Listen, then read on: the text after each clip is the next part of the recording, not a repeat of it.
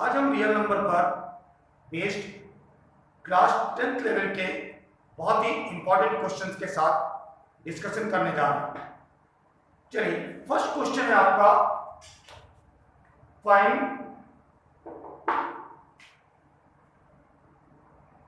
The greatest number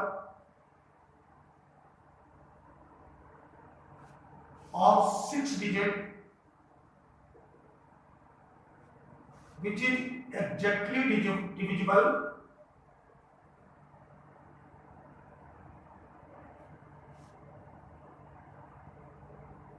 by 18, 24, 36। अब ये question important क्यों है? जनरली लीस्ट बोलता है तो एलसीएम और ग्रेटेस्ट बोलता है तो एचसीएम, बट आपको यहां क्या लेना है? यहां पहले आप 18, 24, 36 का एलसीएम लेंगे। एलसीएम ऑफ 18, 24 and 36 ये एक्चुअली एवरी स्टूडेंट को ऑलरेडी आता है, तो मैंने डायरेक्ट लिख दिया इज 72, राइट। चाहे तो आप सॉल्व भी कर सकते हैं। Now greatest number, greatest 6 digit number, आपसे ग्रेटेस्ट 6 डिजिट नंबर कहेगा तो 999 6 प्लेस पर 3 डिजिट का कहता तो 999, राइट। अब आप इस ग्रेटेस्ट नंबर को एलसीएम से डिवाइड कर देंगे। एलसीएम क्या आया था? 72। 72 से डिवाइड किया। वैसे तो एवरी स्टूडेंट को आता है 3 time 3, 6, 8 times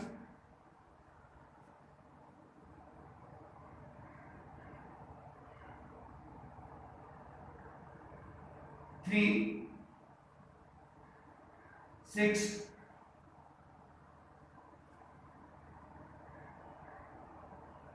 again 9, 8,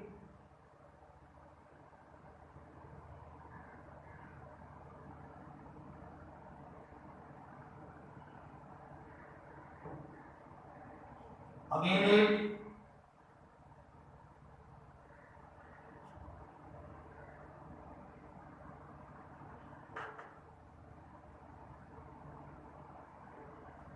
now reminder आपका क्या आ रहा है? 63। अगर फाइनली रिमाइंडर 63 ना आकर के 0 आ जाता तो ये ग्रेटेस्ट नंबर 18, 24, 36 से एग्जैक्टली डिवाइड हो जाता। सो ग्रेटेस्ट नंबर कहने का मतलब ये कि अगर ये ग्रेटेस्ट नंबर 63 लेस होता तो 18, 24, 36 से एग्जैक्टली डिवाइड हो जाता। सो greatest number of 6 digit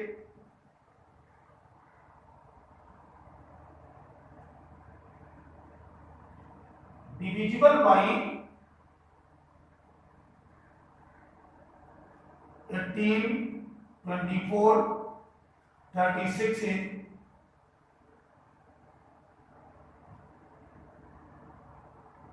6 digit के ग्रेटेस्ट नंबर में 63 माइनस कर दीजिए तो आपका आंसर आ जाएगा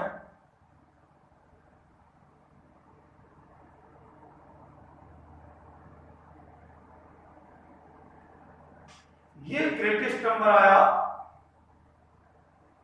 6 डिजिट का, जो 18, 24 एंड 36 से एग्जैक्टली डिविजिबल था।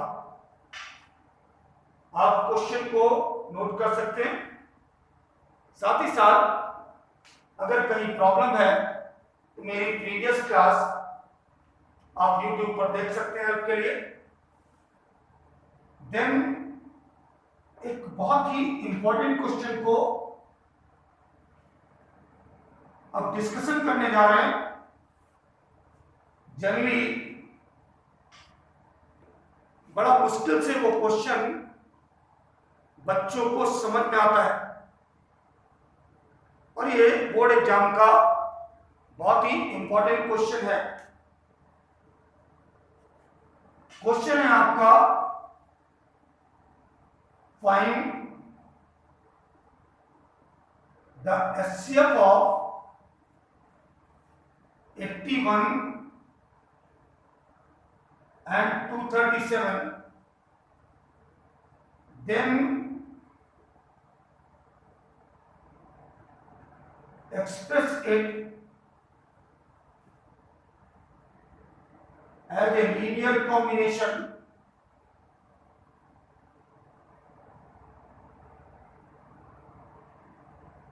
that is HCF of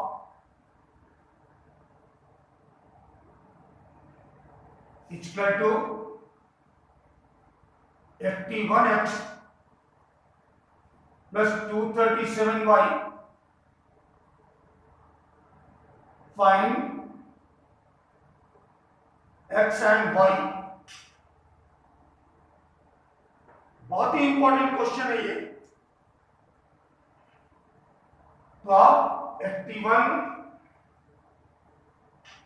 and 237 का HCF गेन करेंगे बाय इक्विवेलेंट डिवीजन मेथड। 237 को मैंने 81 से डिवाइड किया। जब रिमाइंडर 0 आ जाएगा तो आपको HCF मिल जाएगा। प्रीवियस क्लासेस में मैंने एक्सप्लेन किया है, 81 से डिवाइड किया 2 टाइम्स,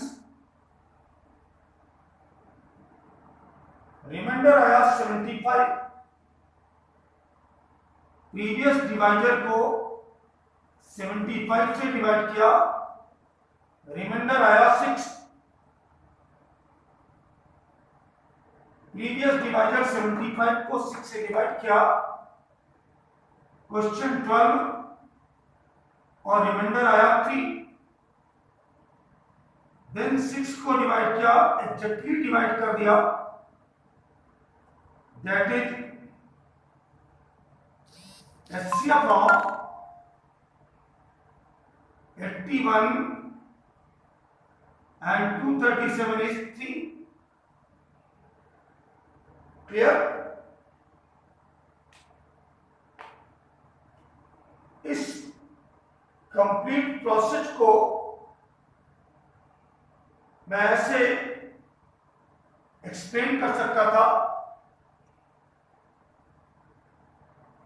इसके बेस पर dividend equal to divisor into question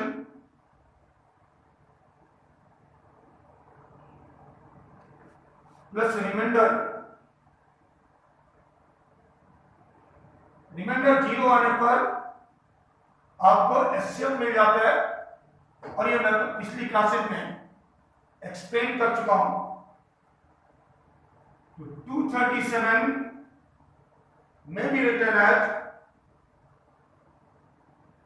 81 into 2 plus 75, then 81 equal to 75 into 1 plus 6, then 75 can be written as 6 into 12 plus 3, then 6, 3 into 2 plus 0, यहाँ इसने रिमाइंडर क्या दे दिया 0, that's why 3 is the HCF of 81 and 237. इसको मैंने कह दिया equation 1, equation 2, equation 3। Last का use इसलिए नहीं कर रहा हूं क्योंकि इसने आपको एचसीएफ दे दिया है। अब मैं 81 और 237 के एचसीएफ को लीनियर एक्सप्रेशन के फॉर्म में लाइक दिस फॉर्म एक्सप्लेन करूंगा। तो फ्रॉम इक्वेशन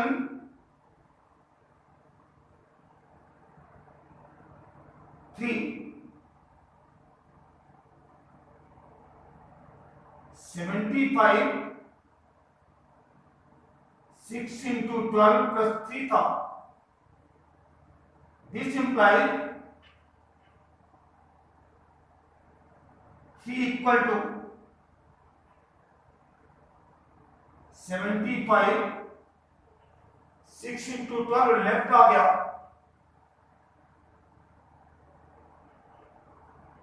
ऐसा क्यों किया?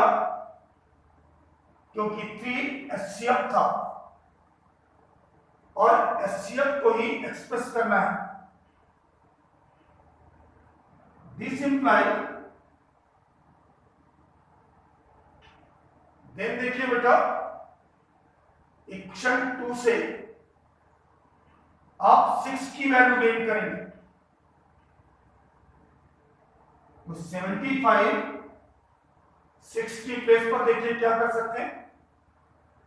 इक्वेशन 2 में 75 into 1 को लेफ्ट ले आए तो 6 की प्लेस पर आ सकता है 81 माइनस 75 into 1। कहां से आया ये?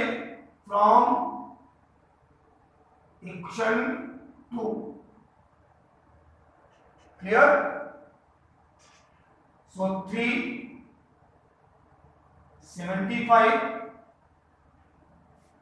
12 का मल्टीप्लिकेशन हुआ तो 12 into 81 minus minus plus 12 into 75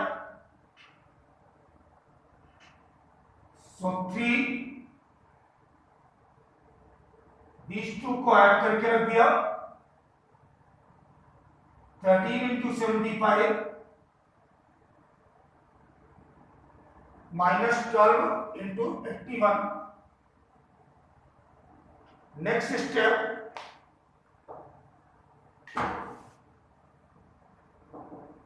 three equal to 75 की प्लेस पर इक्वेशन 1 से वैल्यू पुट करूंगा। इक्वेशन 1 में 81 into 2 को लेफ्ट लेते आएंगे तो 13 into 75 की वैल्यू क्या आ गई? 237 माइनस 2 into 81। 75 की प्लेस पर इक्वेशन 1 से वैल्यू पुट कर दी,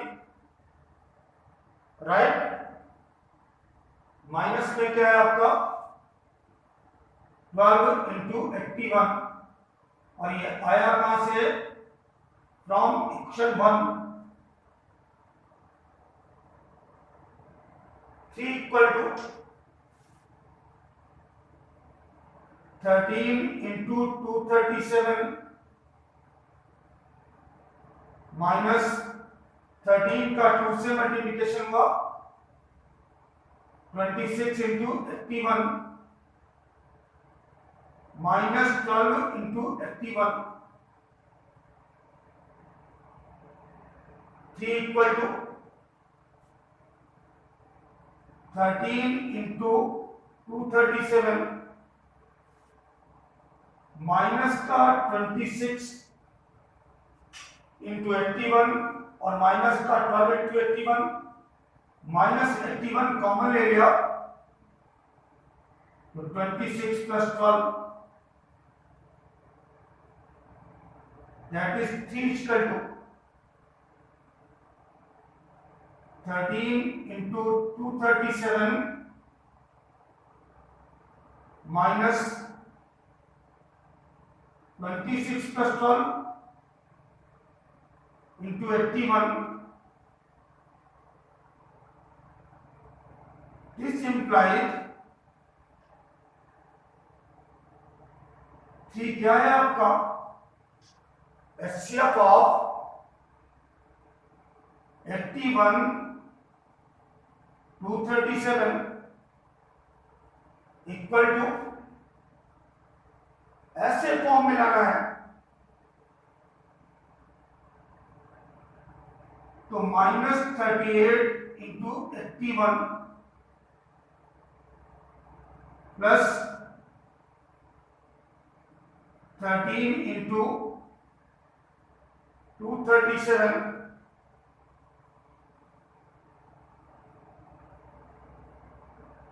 it may be written as HCF of 81 237 81x plus 237y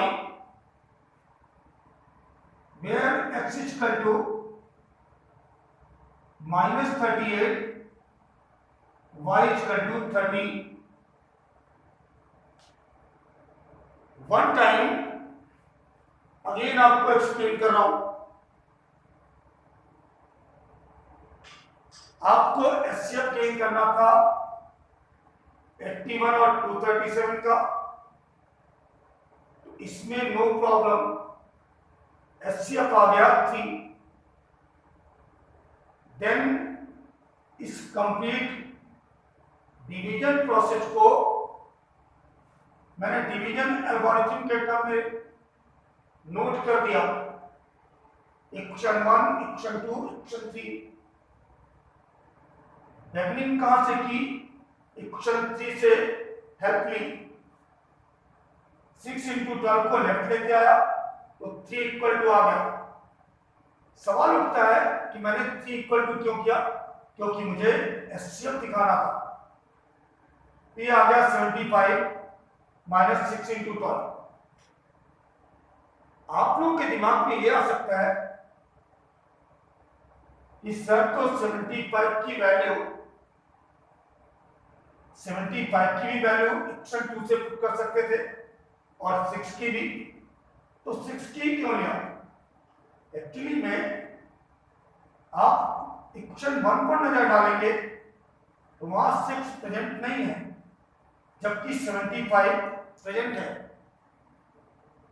that's why मैंने 6 की वैल्यू इक्वेशन 2 से पुट की सॉल्व किया देन नेक्स्ट स्टेप में मैंने 75 की वैल्यू क्यों पुट की मुझे 81 और 237 के टर्म में एक्सप्रेस करना था ना कि 75 तो 75 की वैल्यू इक्वेशन 1 से पुट कर दी ऐसे फॉर्म हो गया HCF of 81 and 237 in linear expression के फॉर्म क्लियर आप क्वेश्चन को नोट कर सकते हैं या फिर वीडियो देखते वक्त कहीं प्रॉब्लम है तो पॉज करके रिवर्स हो सकते हैं क्लियर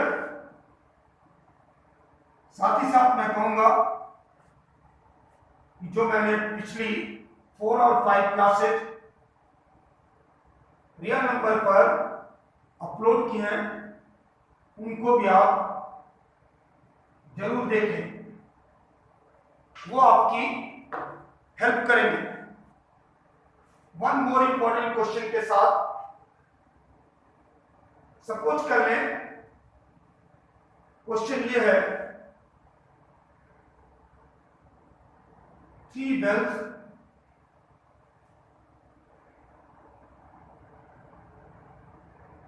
टॉल एट इंटरवल। बहुत इंपॉर्टेंट क्वेश्चन ये भी है, 9, 12, 15 मिनट्स। कहने का मतलब 3 bells है जो टॉल करती हैं after 9 minute, 12 minute, 15 minute. If they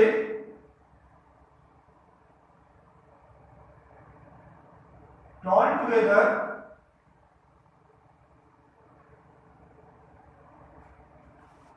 in beginning,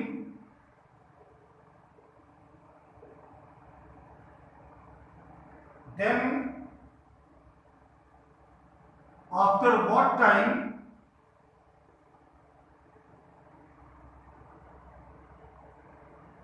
they will toll together।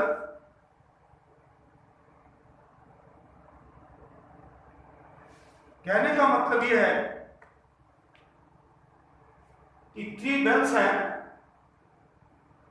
वो after 9 minute, 12 minute, 15 minute again toll करती हैं। बिगनिंग में अगर एक साथ टॉल करें, ऑल 3 bells अगर एक साथ टॉल कर रही हैं, तो after how much time they will toll together, right. ऐसे क्वेश्चंस में आप एलसीएम ले लेंगे। एलसीएम ऑफ 9, 12, 15 एवरी स्टूडेंट को आता है बेटा, मैं पिछली क्लास में भी एक्सप्लेन कर चुका हूं। 2 से डिवाइड करूंगा,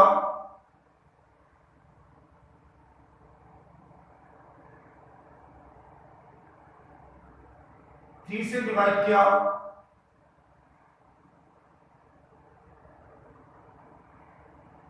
5 से किया, तो एलसीएम क्या आया,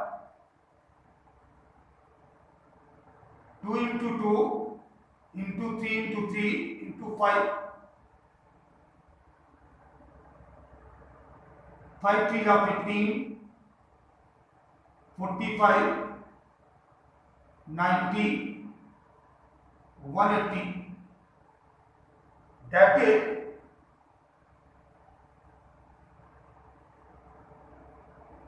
all 3 bells will toll together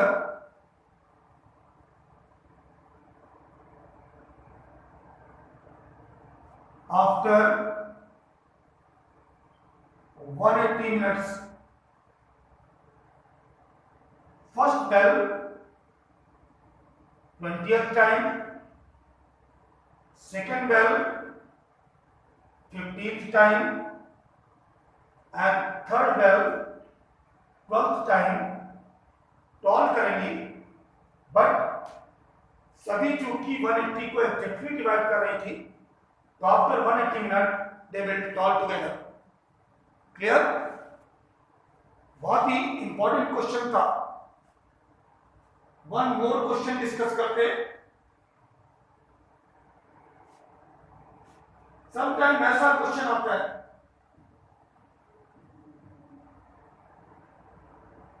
the dimension of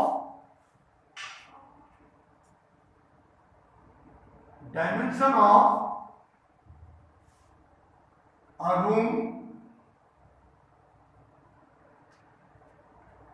dimension of a room आप अपने मन से ही बना सकते हैं।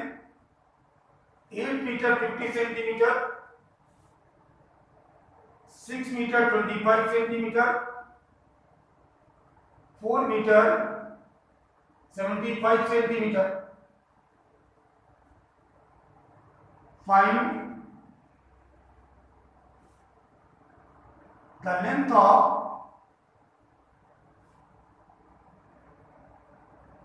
longest rod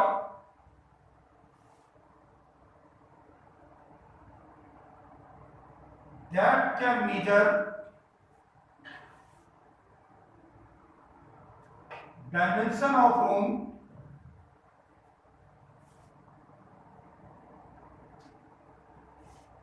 exactly।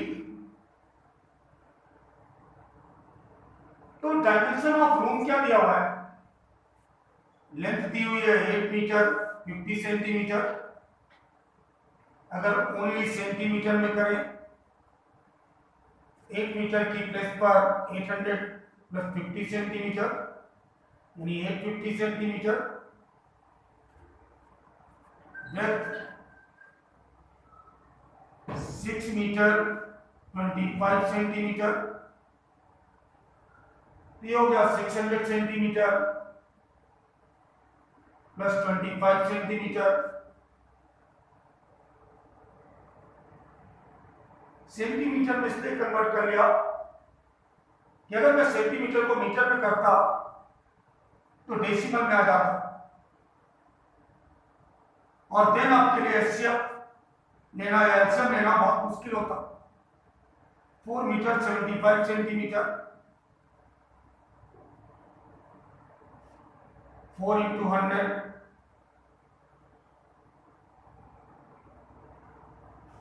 475 सेंटीमीटर। अब आपसे क्या कह रहा है? Longest rod, length of longest rod. तो जनरल मीनिंग ये होता है, जब कभी आपसे लॉन्गेस्ट कहेगा तो एचसीएफ, लीस्ट कहेगा तो एलसीएम। तो पहले मैं एचसीएफ गेन कर रहा हूं। HCF of 850 and 625। तो आपने 850 को 625 से डिवाइड किया,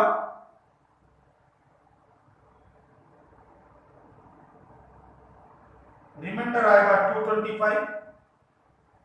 625 को 225 से डिवाइड किया,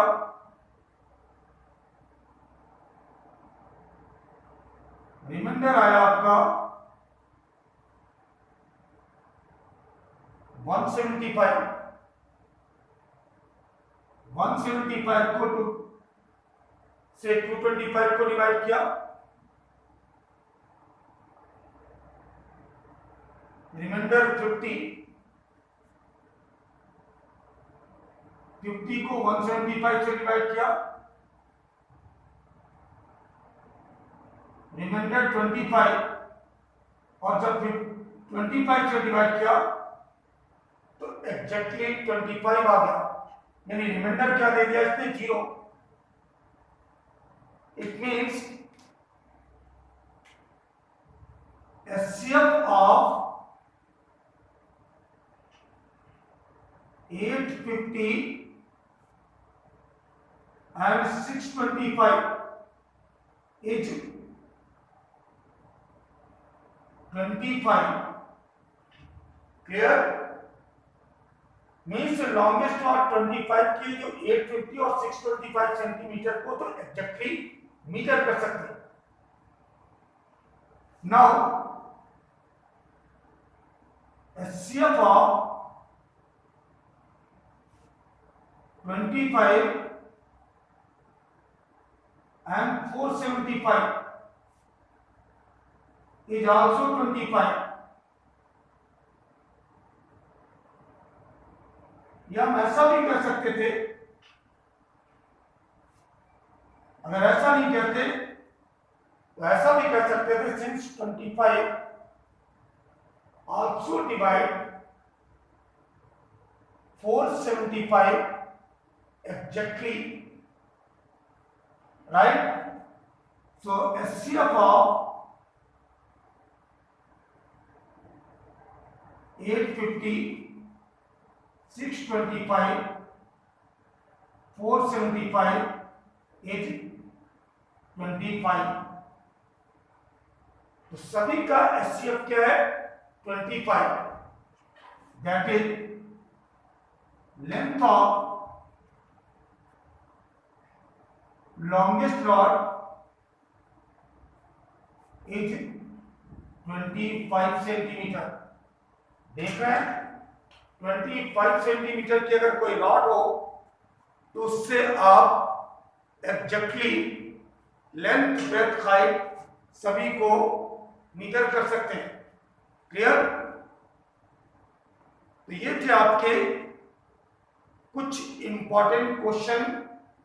अगर इसके बाद भी आपको प्रॉब्लम है तो गिवन नंबर पर आप मुझे क्वेश्चन व्हाट्सएप कर सकते हैं या फिर क्लास खुलने पर क्लास में डिस्कशन करेंगे। Thank you.